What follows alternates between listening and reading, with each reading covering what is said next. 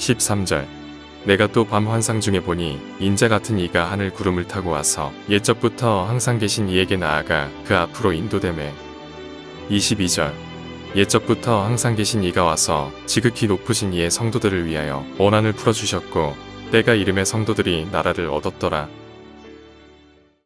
오늘 이 아침 우리가 다니엘서 7장을 함께 묵상하고자 합니다. 하나님께서 이 바벨론의 포로가 된 이 다니엘을 통해서 여러 환상을 보여주십니다. 2장에서도 환상을 보여주었는데 7장에도 7장에 보여주는 환상은 이제 벨사살 왕 원년이라 그랬습니다.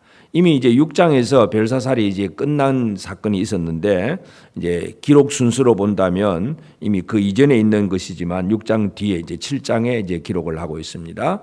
그래서 이 벨사살이 왕이 되었을 때 결국 이 벨사살은 바벨론 제국의 마지막 왕입니다.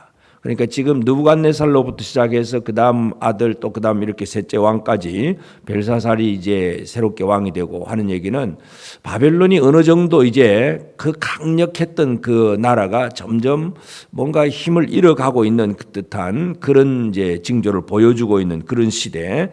이 벨사살이 이제 왕이 되었을 때에 하나님께서 이 다니엘에게 환상을 보여줍니다. 근데 이 환상의 내용을 사실 보면 2장에 보여줬던 그 금 신상, 머리는 금이고 하는 이 그다음에 가슴은 은이고 배는 이 노시고 하는 그 신상의 그 환상과 거의 같은 내용이기도 합니다. 그러나 이제 강조점은 좀 다르긴 한데 오늘 이제 7장에서 보여주는 이 환상, 벨사살 왕 원년에 이제 아직 바벨론이 멸망당하기 직전에 보여주는 그런 환상입니다. 그래서 하늘에 큰 바람이 바다로 불려오고 그 바다에서 네 짐승이 올라왔다 그랬습니다. 결국은 하나님께서 이 모든 일을 주관하신다는 얘기입니다. 하늘에 큰 바람이 바다로 불려왔다. 이 사방에서 바람이 불려왔다는 것은 하나님께서 온 세계의 역사를 주관하고 계신다는 것. 여기서 네 짐승이 올라오는데 그 짐승을 이제 뒤에 이제 해설까지 해줍니다. 이 네 짐승은 왕들이다. 세계적인 제국들 얘기입니다. 그래서 이미 2장에서도 우리가 살펴본 대로 첫 번째가 바로 바벨론이고 두 번째는 그 바벨론을 무너뜨린 메데 바사 제국이고 세 번째는 또 메데 페르사 제국을 무너뜨린 것은 헬라, 그리스, 알렉산더고 그 다음에 헬라 제국을 무너뜨린 것은 바로 로마 제국입니다. 그러니까 이 바벨론 그리고 페르사 제국 그리고 헬라, 로마 이 4대 제국이 하나님께서 지금 어떻게 움직이고 계시는가를 보여주고 있습니다. 그래서 첫 번째로 우리는 이 모든 환상들을 읽어보면 이게 뭐냐 하고 참 해석하기 힘들다 그렇게 쉽게 생각을 하는데 제일 깊게 우리가 생각해야 될 부분은 하나님께서 온 세상의 역사를 주관하고 계신다는 것. 지금 우리 시대로 말한다면 지금 예를 들어서 미국이 강대국입니다. 또 중국도 힘을 쓰고 있습니다. 러시아도 푸틴도 지금도 전쟁을 일으키고 있습니다. 이 세상 나라들이 뭔가 자기 나름대로 하는 것 같아도 결국은 모든 나라들은 하나님의 손에 달려 있다는 것. 이걸 우리가 결코 잊어서는 안 됩니다.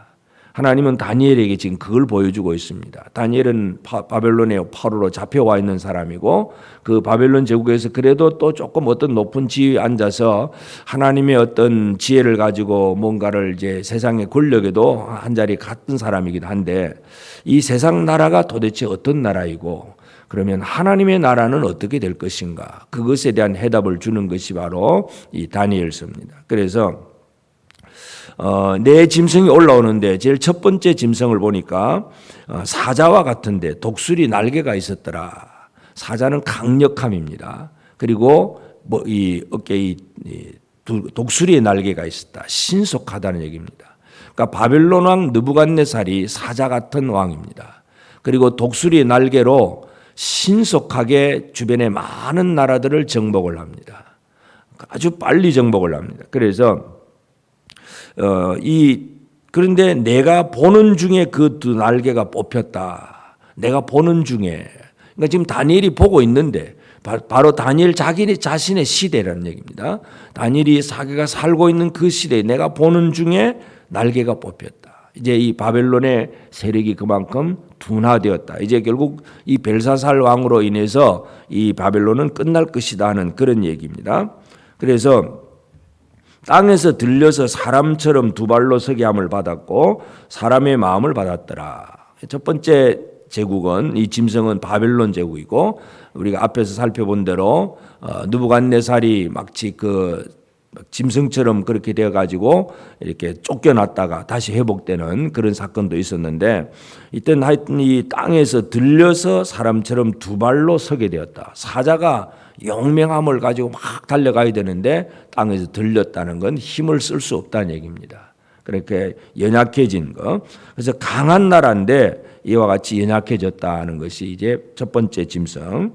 그 다음에 5절에 다른 짐승 둘째 나라가 나옵니다. 둘째는 곰과 같다. 근데 곰인데 몸 한쪽을 들었다. 그래서 몸 한쪽을 들었다. 이 바벨론을 무너뜨리는 나라는 메대와 바사, 메디아, 페르시아 두 나라입니다. 두 나라가 연합군이 되어서 이 바벨론을 쳐들어옵니다. 첫 번째는 바벨론을 칠 때는 메대 왕이 이렇게 더 강력한 왕이었지만 그러나 불과 2, 3년 만에 그 바사의 고레스가 더 강한 힘을 가지고 온 나라를 통치를 하게 됩니다. 그래서 이 곰이 입에 이사이는 세 갈빗대가 물렸다. 갈빗대 세 개가 물렸다는 얘기는 결국은 바벨론뿐만 아니라 남쪽의 이집트 그리고 저 북쪽의 리비아까지 더 큰 나라들을 더 넓게 확장시켜서 그 세 제국을 무너뜨린 이 메데 바르사 페르시아 제국 얘기입니다. 그래서 두 번째 짐승은 바로 이제 많은 곰으로 많은 고기를 먹었다. 많은 나라들을 정복했다는 얘기고 그 다음에 세 번째 짐승 6절에 보면 표범과 같은 것이 올라옵니다. 그 표범에는 그 등에는 새 날개가 넷입니다. 넷. 첫 번째 독사자는 날개가 둘인데 표범의 날개는 표범보다 날개가 있는데 날개가 넷이라는 얘기죠. 그만큼 두 번째보다도 첫 번째보다도 더 신속하게 정복하는 것.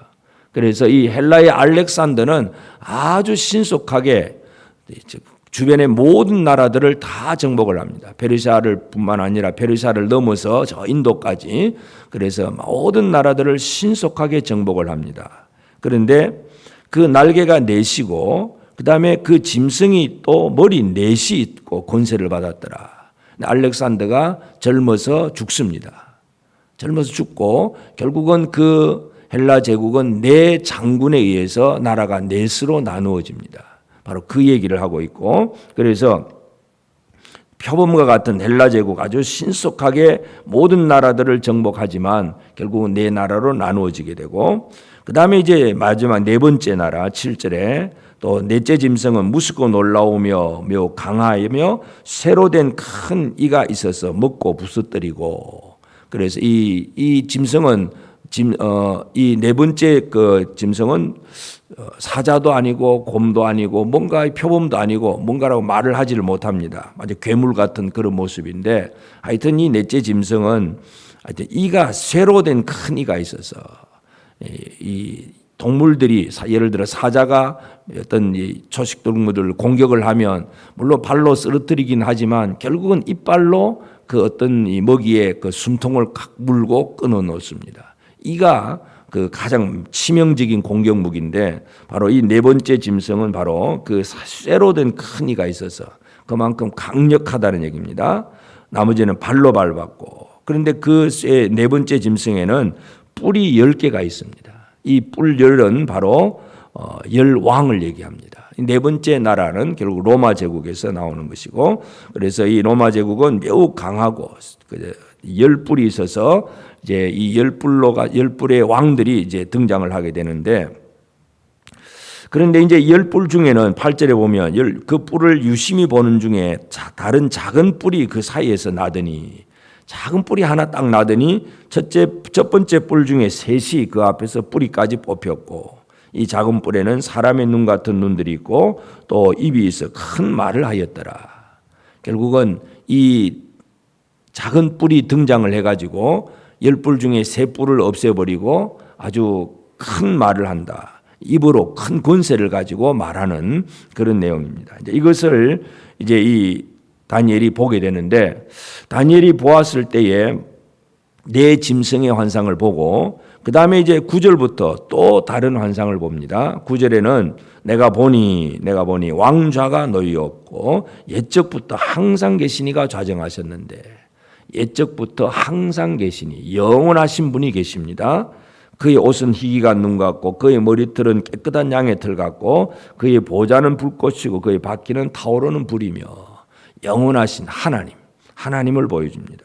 그리고 그 하나님 앞에서 그 넷째 짐승의 그 작은 뿔이 말하는 것, 이것 때문에 11절에 보면 작은 뿔이 말하는 큰 목소리로 말미암아 주목하여 보는 사이에 짐승이 죽임을 당하고, 결국은 이 네 번째 짐승이 죽임을 당할 것임을 분명히 강조를 하고, 그래서 그 죽임을 당하는 일은 어떤 일, 누구를 통해서 이루어지느냐. 13절, 내가 또 밤 환상 중에 보니 인자 같은 이가 하늘 구름을 타고 와서 옛적부터 항상 계신 이에게 나아가 그 앞으로 인도되매, 구름을 타고 재림하실 예수 그리스도로 말미암아 이 넷째 짐승이 완전히 무너진다는 것, 이것을 분명히 보여줍니다. 다시 말해서 이 세상의 제국은 이 나라와 저 나라가 전쟁을 해서, 그래서 바벨론을 무너뜨린 페르시아 왕국이 등장을 하고 헬라가 등장을 해서 그다음에 페르시아 제국을 무너뜨리고 로마가 헬라를 무너뜨리고 그렇게 되고,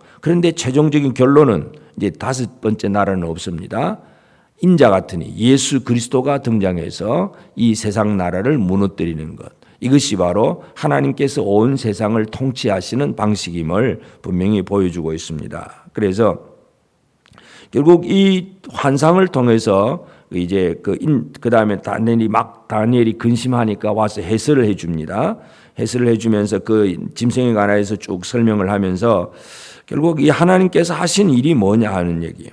이 하나님께서 하시는 일은 이 많은 나라들이 있지만, 그러나 성도들이 결국 22절에 보면 옛적부터 항상 계시니가 와서 지극히 높으신 이의 성도들을 위하여 원한을 풀어주셨고 때가 이르며 성도들이 나라를 얻었더라.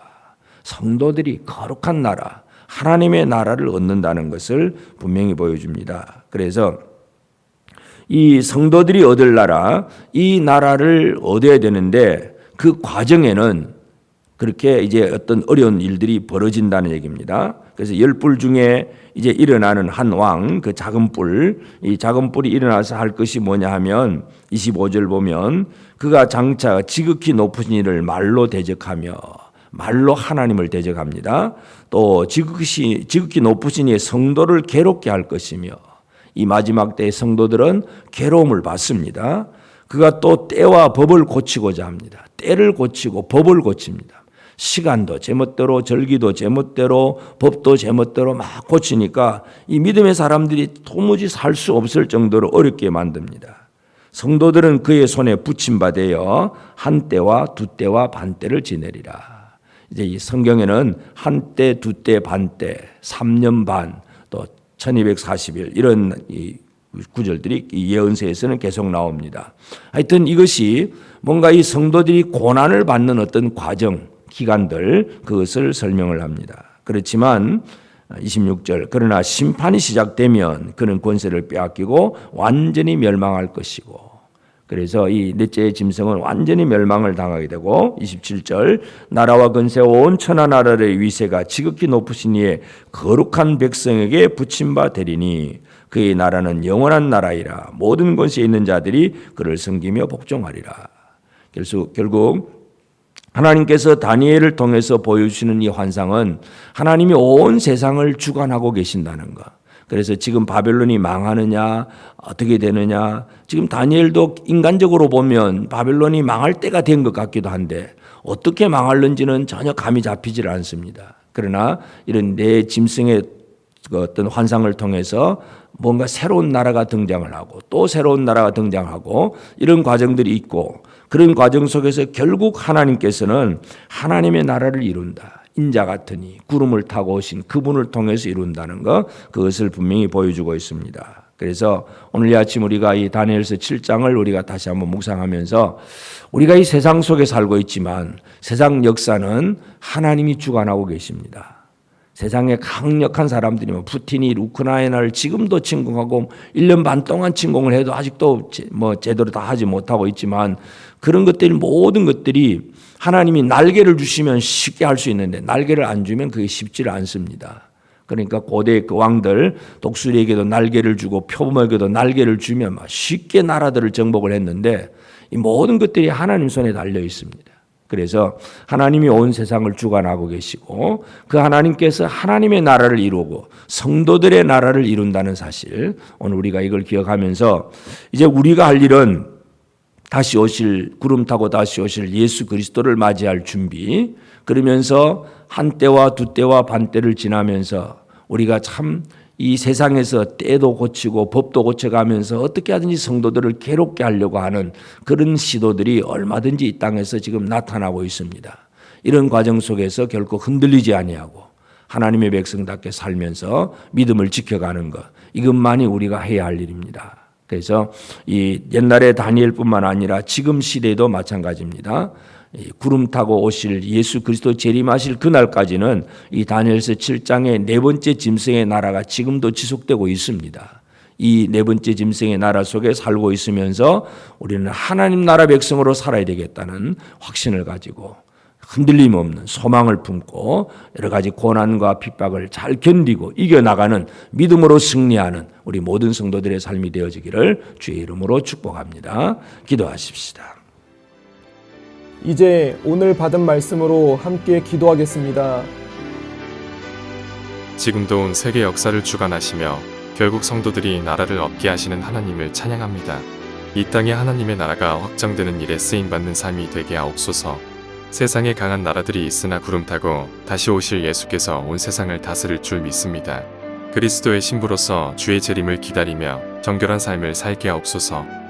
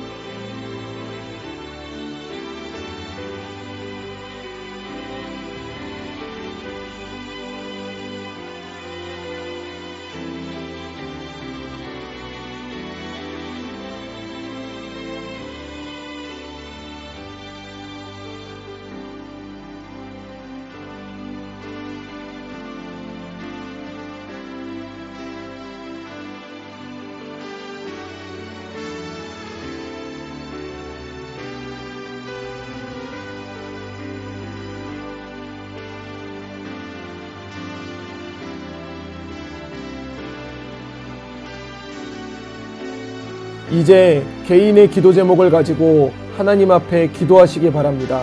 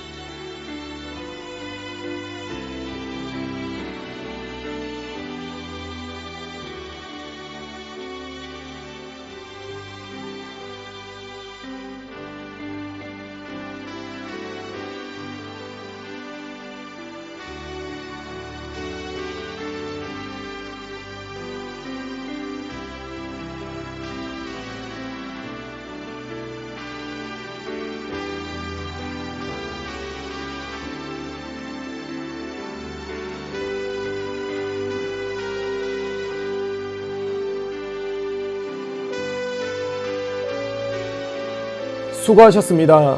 오늘도 하나님의 인도하심 가운데 승리의 하루를 보내시는 우리 재건부평교회 모든 성도님들이 되시기를 주님의 이름으로 축복합니다.